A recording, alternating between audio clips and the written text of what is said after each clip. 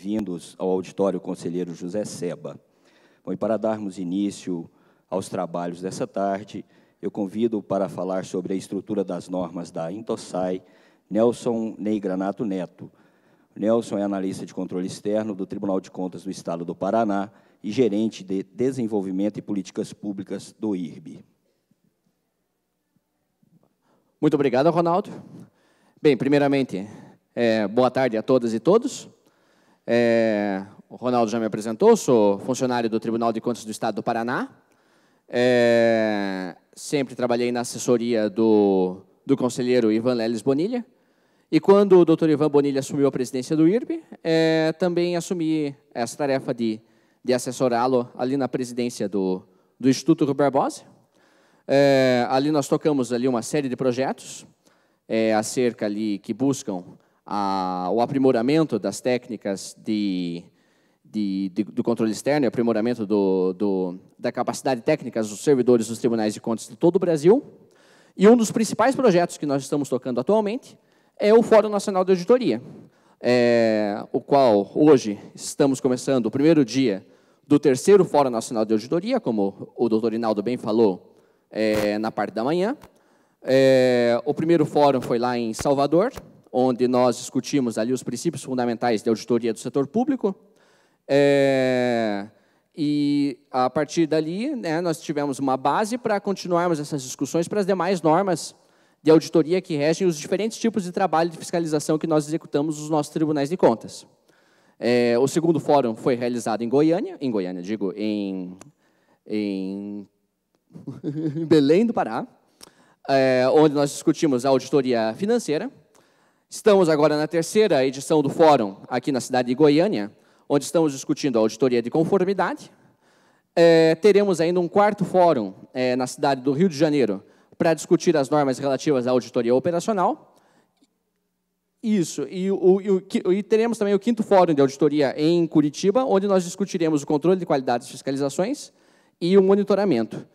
Para além dessas 5 edições que fecham o ciclo completo ali dos 3 principais tipos de fiscalização que nós executamos, nós também tivemos um fórum de auditoria e governança que foi realizado na cidade de Brasília, há 2 semanas atrás, onde nós retornamos aqui muitos dos princípios que nós debatemos aqui nas normas e também comentamos alguns aspectos sobre a governança dos tribunais de contas e a relação que há entre esses 2 temas. Bem, isso tudo para dar um contexto geral aqui do encaminhamento dos nossos trabalhos. Agora vamos ver o porquê que eu estou aqui à frente agora apresentando para vocês.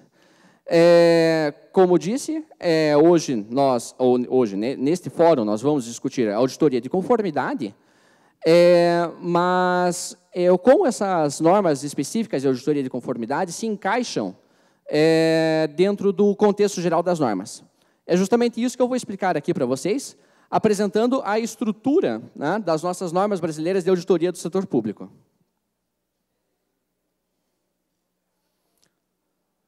Inicialmente, por que é importante nós discutirmos essas normas?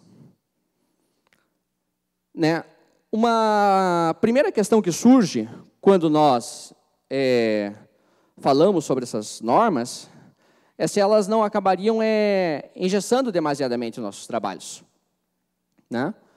Quando nós lembramos de livros de normas, para quem... Eu não sou engenheiro, eu sou economista, mas os engenheiros estão acostumados ali a sempre seguir, tem até uma expressão em inglês, o by the book, seguir o que está escrito nas normas, seguir o que está escrito nas regras. E as regras, ali, aqueles manuais de engenharia, trazem ali uma série de procedimentos que devem ser obrigatoriamente seguidos, e toda vez quando nós lembramos ou começamos a discutir normas, nós imaginamos ali um livro gigantesco que vai trazer ali um passo a passo, uma série de procedimentos que devem ser seguidos, e que, quando nós estamos nos dia a dia dos nossos trabalhos de fiscalização, nós podemos ter a sensação de que isso poderia engessar o nosso trabalho. Mas não. As normas vêm muito mais aqui para orientar os nossos trabalhos, trazer alguns princípios que devem ser seguidos nas diferentes fases dos nossos trabalhos. Daí, reforçando isso, o que seriam essas normas? Também, se por um lado, essa ideia de normas que trazem um procedimento uma série de procedimentos detalhados que devem ser seguidos durante os nossos trabalhos de fiscalização. Se isso, por um lado, pode assustar, mas, por outro lado, daí também pode ser uma coisa desejável, né? Tanto é que muitas pessoas, quando leem as normas de auditoria, até ficam decepcionadas de ali não ter um passo a passo para a fiscalização. Ali ela está num sentido muito mais principiológico. Assim, nós temos que enxergar todas essas normas de auditoria que nós estamos estudando aqui, né, como orientações, né, nunca como um gesso, como um engessamento das nossas ações. Orientações sobre o que fazer, né, princípios que devem ser seguidos nas diferentes fases dos nossos trabalhos. Para que isso? Para mitigar o risco, né, de que o nosso trabalho não seja claro e nem estruturado. Nós conseguimos identificar claramente um relatório de auditoria que foi elaborado a partir de uma fiscalização que seguiu as normas, porque ali você consegue encontrar ali uma estrutura bem clara, ali, né, um começo, um meio e fim, os porquês, as motivações daquele trabalho, e o objetivo geral da fiscalização está bem claro. A gente consegue ter isso quando nós fazemos um trabalho orientado pelas normas. E que normas regulam os nossos trabalhos de fiscalização? Atualmente, nós temos aqui as nossas normas brasileiras de auditoria do setor público, que são emitidas pelo Instituto Rui Barbosa, o IRB, que é uma espécie de federação de tribunais de contas de todo o Brasil. Essas normas não saíram da cabeça de alguns poucos técnicos dos tribunais de contas do Brasil. Pelo contrário, elas estão alinhadas às nossas normas internacionais de auditoria ali das entidades fiscalizadoras superiores, as ISAIs. Essas ISAIs são emitidas pela Organização Internacional das Entidades Fiscalizadoras Superiores, a INTOSAI. Ou seja, né, nós temos ali as normas internacionais, emitidas pela Federação Internacional dos Tribunais de Contas, que seria a INTOSAI, e, adaptando essas normas ao marco normativo brasileiro, as NBASP, que são emitidas pela Federação dos Tribunais de Contas do Brasil, o IRB. Como tem esse alinhamento muito grande entre as NBASP e as ISAIs, elas vieram para alinhar as normas brasileiras às normas internacionais de auditoria e, assim, substituir as normas de auditoria atualmente existentes no âmbito dos nossos tribunais de contas, que são principalmente as NATs, as normas de auditoria do Tribunal de Contas da União, e as NAGs, né, as normas de auditoria governamental. Por que é importante fazer essa substituição? Não é tanto porque as antigas, as nossas NATs, as nossas NAGs, elas têm alguns conceitos errados ou algo do tipo. Muito pelo contrário. Na verdade, quando elas foram elaboradas, lá no ano de 2010, elas seguiam o padrão de normas internacionais da época, que era o padrão da INTOSAI de 2007. Se você vê aqui, tem um laser aqui? Bem, olha, pessoal, assim se vocês verem aqui, aqui atrás, ótimo.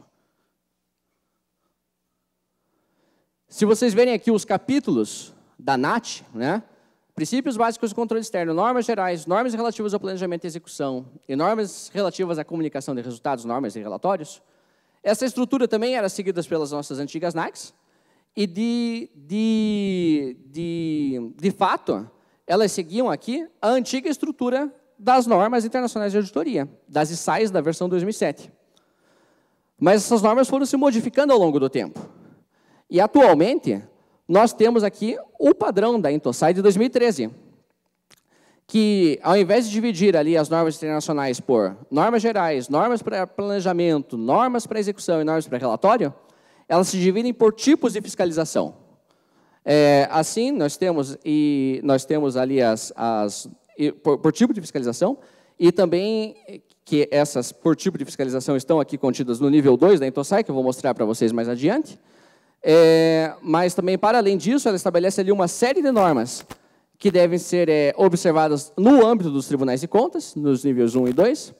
Essas normas aqui gerais, aqui, para os 3 principais tipos de auditoria aqui no nível 3, e normas aqui mais detalhadas aqui no nível 4, onde você vai ter ali um detalhamento mais operacional, menos principiológico e mais operacional.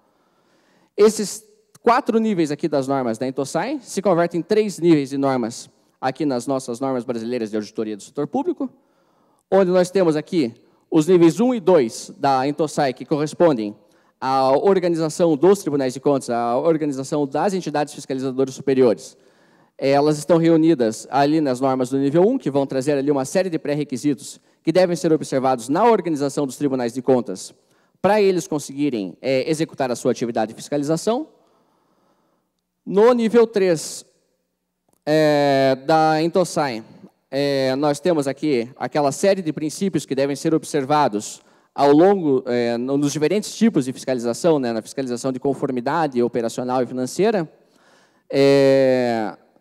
Esses princípios estão contidos também nas nossas normas do nível 2 da NBASP. E, por fim, no nível 4, nós temos toda aquela série de princípios convertidos em diretrizes operacionais para os nossos trabalhos de fiscalização. Assim como o nosso nível 3, que corresponderá a esse nível 4 da Intosai, ele ainda está em processo de elaboração, o próprio nível 4 da Intosai está passando por um processo permanente de revisão. Assim, é importante que, quando nós estamos aqui estudando as normas, nós não podemos ter ela como um corpo fixo ali de ideias, imutáveis e que nunca vão sofrer nenhum tipo de mutação. Na verdade, isso exige um estudo permanente por nossa parte, para compreender ali todos aqueles princípios que estão nas normas, né? E saber que todos aqueles princípios se encontram em processo permanente de revisão e melhoramento. Daí, só para lembrar, né, que essas normas estão organizadas do nível mais abstrato para o nível mais concreto, né? Ali nos níveis 1 e 2 nós temos normas mais alinhadas ou mais preocupadas com a estrutura dos tribunais de contas. Passando ali pelas normas do nível 2 e 3, nós temos normas mais principiológicas, e chegamos ali nas normas dos níveis 4 e 3, né, que vão estar mais preocupadas com a execução dos nossos trabalhos de auditoria. Finalmente, aqui adentrando agora na estrutura das nossas normas, né? Como eu disse para vocês, as nossas normas, as normas brasileiras estão alinhadas com as normas internacionais, como vocês vão ver mais adiante. Como eu disse para vocês anteriormente, ali no nível 1 nós temos as normas que vão estabelecer ali os pré-requisitos para o funcionamento dos tribunais de contas, né? As normas do nível do grupo 10, ali, né? Temos as normas 10 e 12, que vão falar sobre a necessidade de haver uma independência do Tribunal de Contas em relação às entidades fiscalizadas. A NBASP 20, que vai falar ali sobre a necessidade de haver uma transparência das ações dos tribunais de contas e a prestação de contas dessas ações para a sociedade, para o Poder Legislativo e todos os demais partes interessadas. A NBASP 30, que vai falar ali da necessidade de haver um código de ética para a atuação tanto dos membros dos tribunais de contas quanto de seus servidores. E, por fim, a necessidade de haver também um controle de qualidade institucional dos trabalhos executados pelos tribunais de contas, que vai estar contido ali na NBASP 40. Todos esses pré-requisitos para o funcionamento dos tribunais de contas, eles estão, de alguma forma, sintetizados na norma que nós podemos chamar de norma síntese dos tribunais de contas, da norma síntese de todo esse esquema aqui da NBASP e da Intosai, que é a NBASP 100, que vai trazer os princípios fundamentais de auditoria do setor público. Essa norma, ela tanto pressupõe a existência de todos esses pré-requisitos, como ela também estabelece todos aqueles princípios que devem ser seguidos tanto ao longo do trabalho de auditoria, como também em cada uma de suas fases, né? Princípios que devem ser seguidos no planejamento, princípios que devem ser seguidos na execução e outros tantos que devem ser seguidos na fase de relatório. Esses princípios, né, como eu disse, é uma norma síntese, né, uma norma-chave, porque ela tanto pressupõe todo o arcabouço teórico ali do nível anterior, como ela estabelece todos esses princípios básicos que servem para qualquer tipo de trabalho de fiscalização. Por ser uma norma síntese, é a norma que nós discutimos em todos os nossos fóruns de auditoria. Por isso, desde o nosso primeiro fórum lá em Salvador, até o 5º fórum que ocorrerá lá em Curitiba, nós discutiremos essa norma com a Denise Gomel, que apresentará essa norma, inclusive, aqui ao final da tarde, porque ela é a síntese de todo esse esquema aqui dessas nossas normas de auditoria. Aqui na ISAI 100, na NBASP 100, ela está ainda num nível bastante geral. Aqui no nível 2, ela ainda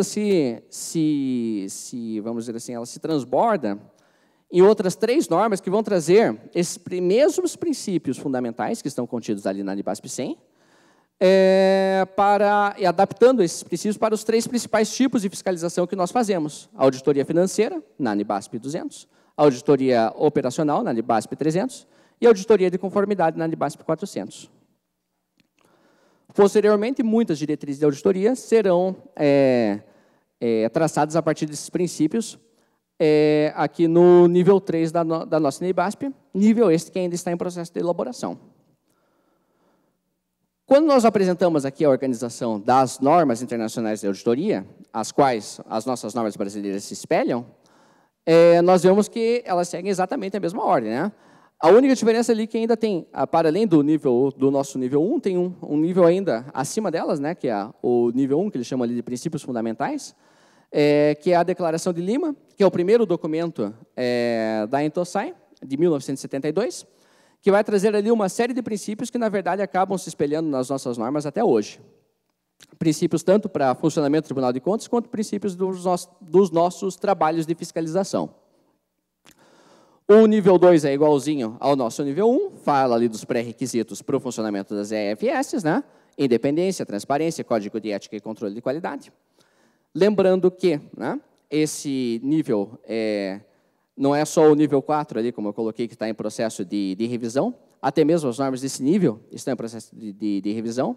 Até o final do ano, a INTOSAI tem a intenção de divulgar ali uma norma que seria a nossa ISAI 50, que vai trazer alguns princípios adicionais para entidades fiscalizadoras superiores com poderes jurisdicionais.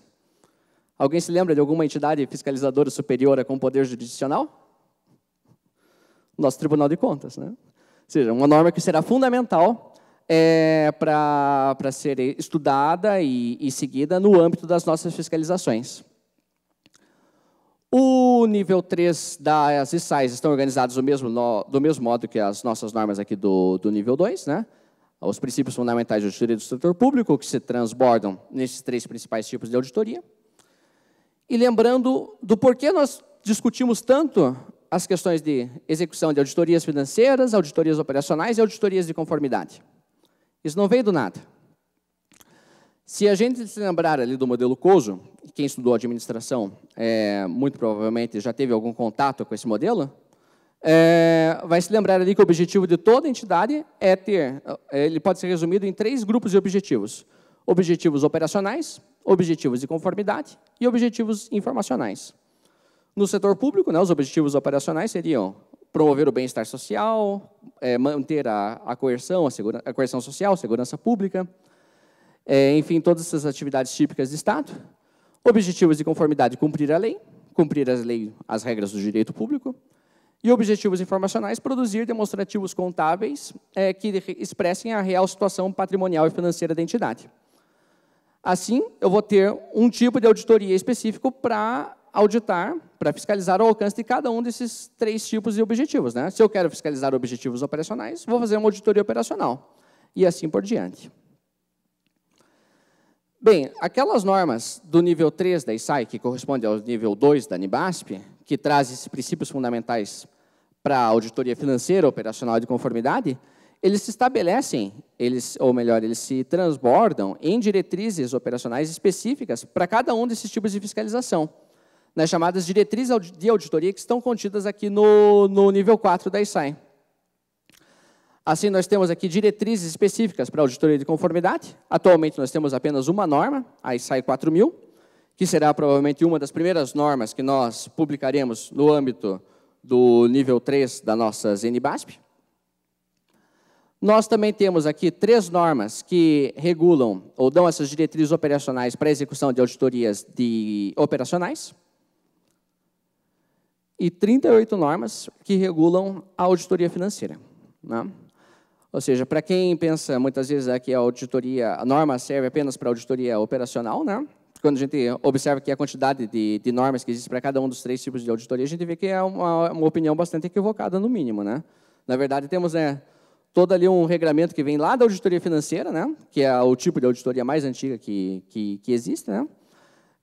E que, de certa forma, vai sendo adaptado para as circunstâncias do setor público para fiscalizar esses outros objetivos da entidade e Estado que nós fiscalizamos. Para além desse grupo aqui de normas, nós também temos aqui algumas diretrizes para a realização de algumas auditorias específicas, com objetos específicos, né? Daí aqui tem pelo menos 10 grandes temas, lá privatização, auditoria da dívida pública, auditoria de emergências relacionadas a desastres, auditoria de TI, enfim, toda uma série de questões, objetos específicos que têm uma regulação específica e que estão contidas nessas normas. E, além disso, nós também temos 11 normas aqui, que não pertencem propriamente aqui ao conjunto das normas aqui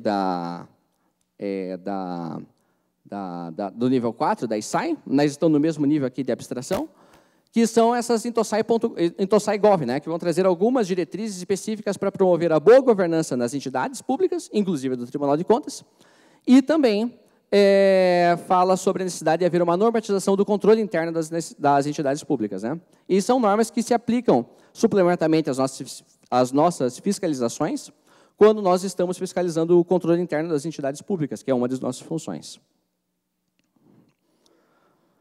Bem, eu já falei aqui para vocês, né? Mas reforçando aqui esse recado, atualmente as NBASP estão organizadas dessa forma, mas nem sempre foi assim e nem sempre será assim. Por quê? Porque as próprias normas internacionais de auditoria, elas também vão sofrendo mutações ali ao longo do tempo, né? Nós temos lá, pelo menos, até hoje, né, pelo menos 3 formas de organização. Né? O primeiro padrão ali de organização das normas internacionais de auditoria, de 92, que, de alguma forma ou de outra, acabou chegando aqui no Brasil, principalmente via IRB. Né? O IRB, até no ano 2000, elaborou o Manual Internacional de Auditoria, que compilava uma série de normas de auditoria de vários órgãos, né? Não só da Intosai, mas também do GAO, outros escritórios de auditoria de outros cantos do mundo, aí, e compilou nesse manual aí no ano 2000. E dentre essas normas que estavam lá eram as normas da Intosai de 92. Nós também tivemos o padrão de 2007, que foi muito utilizado aqui no Brasil, utilizado e adaptado, né, tanto aqui na figura das nossas normas de auditoria do Tribunal de Contas, as NATs, como as normas de auditoria governamental do IRB, que foram editadas em 2010. E em 2013 nós já tivemos uma outra alteração aqui da estrutura das normas da Intosai, que estão, de certa forma, espelhados nas nossas NBASP aqui de 2015 e 2017. Mas em 2019, a partir do final desse ano, nós teremos uma pequena alteração nelas. A Intosai agora vai parar de emitir apenas normas de auditoria, mas vai começar a emitir aqui pronunciamentos profissionais, né? O objetivo aqui, declarado pela própria Intosai, é alcançar um conjunto de pronunciamentos profissionais claros, consistentes e adequados. Eles serão organizados aqui da seguinte forma. Além das normas de auditoria, as ISAIs, que nós conhecemos hoje com essa sigla, nós teremos acima dessas normas os princípios da Intosai, que receberão o nome, essas normas, esses regulamentos receberão ali a sigla Intosai-P, que corresponderão fundamentalmente àquelas normas que estão, hoje em dia, nos níveis 1 e 2 da Intosai, ou seja, a Declaração de Lima, a questão da independência do Tribunal de Contas, a questão da transparência, da necessidade de transparência e prestação de contas de suas ações, até mesmo aquela norma relativa às entidades fiscalizadoras superiores com poderes jurisdicionais. Todas essas normas, todos esses regulamentos estarão contidos ali num nível ainda superior das normas, ou das Intosai-P. Abaixo delas, as normas, as ISAIs, que corresponderão ali ao que hoje a gente conhece como a ISAI 100, 200, 300, 400, e aquelas normas ali do nível 4, que da Intosai, nível 3 da NBASP, que ainda serão elaboradas. E abaixo das normas, aqui as diretrizes, que não têm um poder mandatório, não trazem princípios que obrigatoriamente devem ser seguidos nas fiscalizações, mas apenas boas práticas que podem ser seguidas nas nossas atividades de fiscalizações, se couber.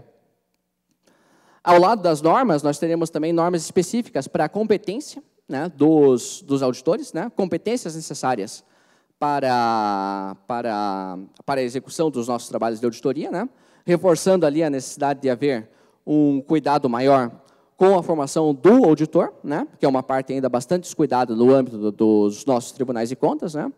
Isso eu sempre repito, e essa, na verdade, é uma inquietação que nós sentimos em todos os tribunais de contas que nós visitamos enquanto IRB. Muitas vezes, infelizmente, não é culpa de ninguém, mas é a construção histórica dessas instituições, as nossas escolas de contas muitas vezes se preocupam mais com a formação do jurisdicionado do que com a formação do próprio auditor. Sendo que o auditor que tem que estar ali bastante capacitado ali também para poder realizar as suas atividades de fiscalização e também contribuir com isso para poder contribuir para a melhoria da gestão pública. E também, se temos normas de auditoria e diretrizes de auditoria, também teremos normas de competência e diretrizes de competência. Daí aqui, essa em síntese, é a estrutura aqui da NBASP e das SAIs. Daí, só antes de passar aqui a palavra para o Rodrigo, nós vamos aqui, nós sentimos aqui a necessidade de elaborar aqui essa pequena sessão, que a gente até chamou aqui de Lost in Translation, né? Que é muito importante quando nós estamos lendo as normas, nós nunca podemos ou devemos evitar ao máximo a leitura literal dos termos que estão ali transcritos. Por quê? O idioma original das nossas normas é o inglês, não é o português. Por mais que tenham palavras ali que tenham uma certa conexão na tradução direta do inglês para o português, o sentido original do emprego daquelas palavras muitas vezes se perde. Assim, é necessário que nós comecemos a pensar ali em como aquelas palavras ali, de fato, qual o sentido original delas em inglês, né? E também não tomar ali o significado literal da tradução que foi dada em português, né? Que muitas vezes pode ter um significado mais restrito ou mais amplo do que na tradução que foi feita. Só para lembrar algumas das palavras que causam maior inquietação quando nós estamos discutindo aqui as nossas normas de auditoria. Objeto, né? Objeto é um dos elementos da auditoria, né? A primeira coisa que nós temos que fazer quando pensamos em começar o planejamento de uma fiscalização é definir o objeto. Mas o que é o objeto, né? Muitas vezes, a conotação que nós damos para a palavra objeto em português remete muito mais a algo físico, né? Mas qual é o termo que eles utilizaram em inglês? Em inglês, eles utilizam ali o termo subject matter. Em espanhol é importante a gente também olhar para as traduções em espanhol, porque o espanhol, ao contrário do português, é uma língua oficial, uma das línguas oficiais da Intosai, né? A Intosai tem como línguas oficiais o inglês, o espanhol, o francês, o árabe e o russo, e o alemão também. O português não é uma dessas línguas oficiais. Ou seja, essa tradução, essas traduções desses termos para o espanhol tem também uma importância grande para nós, porque é um termo ali que foi, de certa forma, referendado pela própria Intosai. Em espanhol, subject matter foi traduzido como assunto, ou matéria em questão. Em português, objeto. Subject matter, em inglês, tem muito mais, não tem um significado físico, né, um objeto físico na tua frente, mas muito mais um grande tema. Assim, toda vez que nós lemos ali a palavra objeto, nós temos que procurar pensar esse objeto como um grande tema de fiscalização, um tema que eu vou desenvolver, um tema que eu vou aprimorar ali ao longo da minha fase de planejamento, e procurar tirar da cabeça essa ideia de que o objeto seria um documento físico, um contrato, um empenho, alguma coisa física que se possa pegar. Não. O objeto vai sempre muito mais remeter a um grande tema de fiscalização, como é o sentido original da palavra em inglês. Outra palavra que também causa bastante confusão, e o Rodrigo vai falar bastante dela na apresentação dele. Evidência. Em inglês, né, parece ser uma tradução direta do termo em inglês, evidence, né? Em espanhol, foi traduzido como evidência também. Mas evidence em inglês não tem um significado de indício, né? Até porque existe uma palavra específica para indício, né? Pista em inglês, clue.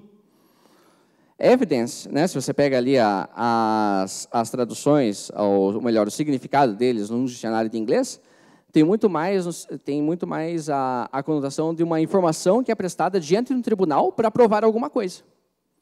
Ou seja, no nosso arcabouço jurídico atual, por exemplo, quando nós vamos conversar com o Poder Judiciário, muitas vezes quando nós falamos que as nossas auditorias são baseadas em evidência, eles podem dar pouca importância para isso, porque evidência daí seria uma coisa mais fraca do que prova.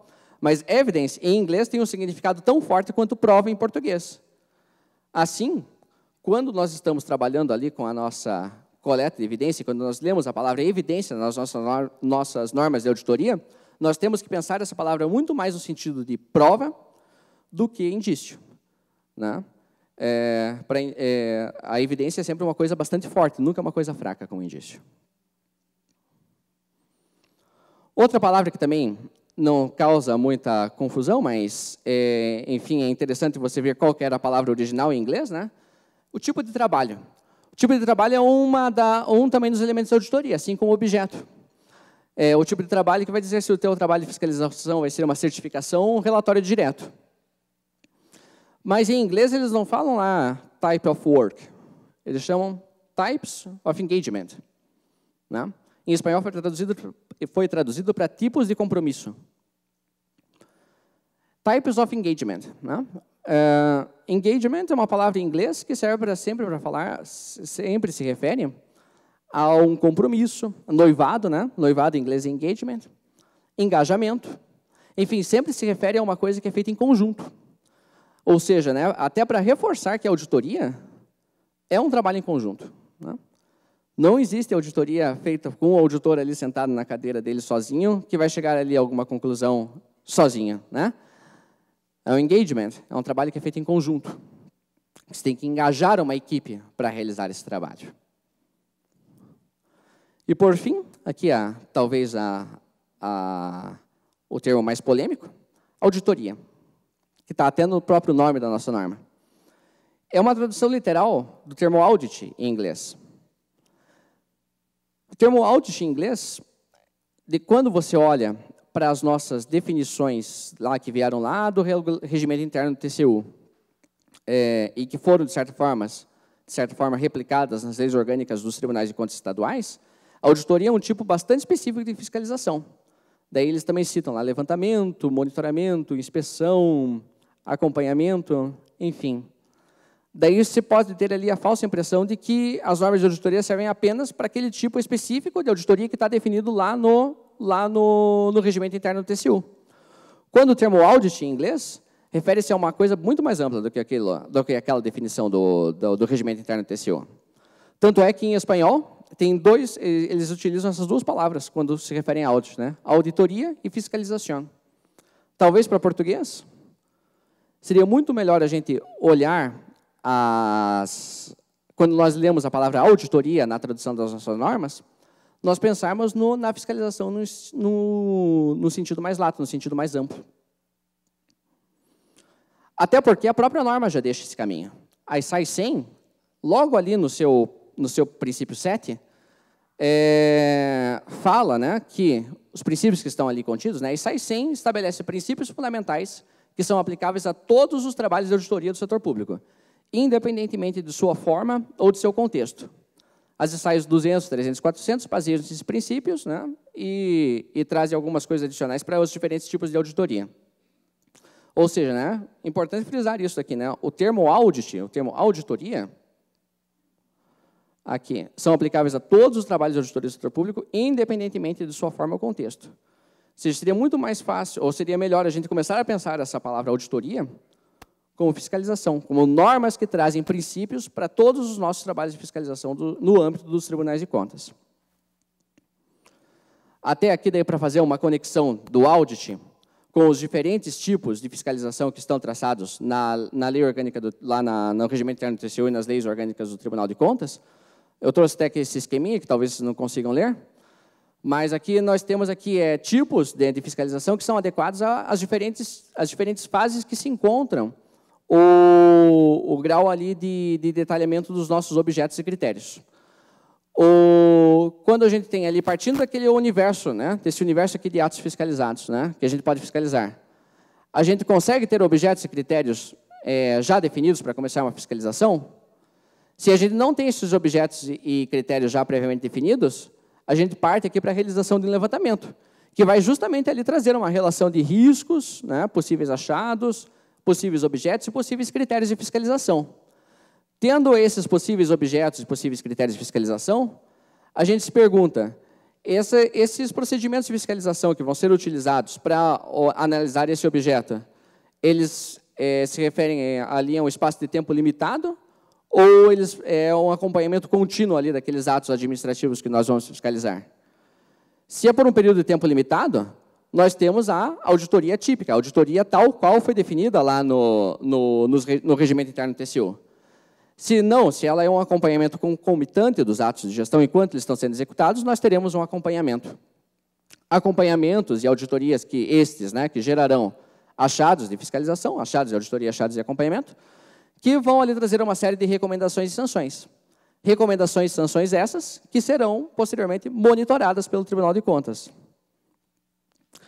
Bem, aqui eu não quero dizer que essa é uma visão certa, uma visão correta, e que outras interpretações do quanto essas normas de auditoria se aplicam ou não aos outros tipos de fiscalização, mas, de toda forma, acho que esse é um exercício importante de nós começarmos a fazer, né? De começar, de fato, a aplicar aqueles princípios de fiscalização nos nossos trabalhos, em todos os nossos trabalhos de fiscalização, e, posteriormente, ver se é o caso de que algum princípio daqueles que está contido ali na SAI 100, principalmente, se aplica ou não se aplica aos nossos trabalhos. Daí a Crislane já levantou a placa de tempo esgotado, mas só uma última reflexão. Né? O porquê nós fazemos a auditoria no setor público? Né? Por que nós fazemos fiscalização do setor público? Né? Duas motivações surgem aqui, né? E principalmente quando nós pensamos em auditoria de conformidade, uma dessas motivações ela se sobrepõe até bastante, né? A gente está fazendo fiscalização para melhorar os serviços públicos ou para vigiar e punir o servidor? Né? São duas coisas, a gente consegue, são dois objetivos conflitantes, um se sobrepõe ao outro, enfim. Eu não sei se vocês gostam de assistir, mas eu gosto muito desse programa, é o Mayday, Desastres Aéreos. Alguém aqui já viu esse programa? Quem já viu esse programa, levanta a mão. Aqui é 40% do auditório. Então, 40% do auditório vai entender e concordar ou discordar comigo. E nesse programa, eles investigam ali, eles trazem ali casos reais de acidentes aéreos e mostram todo o processo ali de investigação sobre as causas dos acidentes aéreos. Ali, eles têm a preocupação de punir os possíveis culpados de um acidente aéreo? Tem. Mas não é o objetivo principal deles. O objetivo principal deles é encontrar os motivos, o porquê, o que levou o avião a cair, né? E para conseguir realizar esse trabalho, é um trabalho todo disciplinado, né? Todo que tem que seguir ali uma série de métodos e procedimentos e documentar cada uma daquelas fases daquele trabalho. É um trabalho extremamente profissional. Um trabalho extremamente profissional ali que identifica as causas da queda do avião e, eventualmente, se houver responsáveis pela queda do avião, eles são punidos e sancionados conforme a lei de cada país. Assim, né, uma coisa não exclui a outra. Né? A gente pode fazer essa analogia para os nossos trabalhos de fiscalização. Né? O objetivo principal do nosso trabalho é, de fato, melhorar o serviço público. Encontrando ali as eficiências, saber diagnosticar quais são as causas daquela eficiência, para que o setor público, de fato, melhore. Né? Até retomando a analogia ali com os aviões. Né? O porquê é importante investigar as causas da queda do avião? Porque investigando as causas da queda do avião, a aviação civil vai se tornando cada vez mais segura, porque você vai evitando que aqueles erros aconteçam de novo no futuro.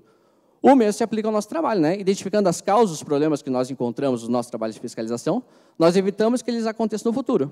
E, eventualmente, quando há um culpado pelo desvio ou pelo mal feito, a gente vai sancionar conforme o caso. E daí só também fazendo mais uma analogia aqui com o avião, né? E o que a gente tem feito até agora? Né? Ainda mais um avião turbulento que a gente está embarcando, em que nós estamos embarcados agora, né? Como é o Brasil de hoje, de 2019. O que nós estamos fazendo? Nós estamos ali procurando identificar ali as causas desse voo turbulento. Hoje a gente está tirando uma pedra ali nele para ver se ele cai de uma vez. Né? Acho que essa é uma reflexão importante para nós levarmos aqui para os nossos trabalhos de fiscalização aqui, a partir também das palestras que virão a seguir, que falarão mais especificamente aqui dos princípios de fiscalização. E, para concluir, né, tem esse ditado romano, sapere aude, né, que muitos filósofos utilizaram depois, o Immanuel Kant, o Foucault, né, que pode ser traduzido como ouse saber. A gente tem que praticar esse sapere aude, esse ouse saber, em toda a nossa vida. E especialmente quando nós estamos estudando as normas de auditoria, né? Porque as normas de auditoria ali vão estabelecer os princípios que devem ser observados nos nossos trabalhos. E quando nós estamos estudando ela, nós temos que evitar 2 tipos de comportamento que são muito comuns quando nós começamos a estudá-las, que é a leitura literal, né? Como eu mostrei para vocês ali na sessãozinha ali, Lost in Translation, tem muitos termos que significam outra coisa em inglês, e quando a gente lê eles literalmente em português, eles levam a outra interpretação. Assim, nós temos que evitar a leitura literal e ficar traduzindo e ficar citando a norma como se fosse um mantra. E nós também temos que evitar simplesmente refutar. Assim, não, isso daqui é muito teórico, não serve para nada. Tanto um, cuidando desse comportamento, quanto o outro, são reprováveis. O que nós temos que cultivar é justamente esse ouse saber, né? Ter uma leitura analítica das normas, né? De fato ali, pegar aqueles princípios que estão nas normas e refletir eles no nosso dia a dia dos nossos trabalhos de fiscalização e aplicando esses princípios a casos concretos. Daí, aqui no final, depois essa apresentação será disponibilizada a vocês. Nós temos aqui toda a bibliografia que foi utilizada para montá-la. E o meu muito obrigado.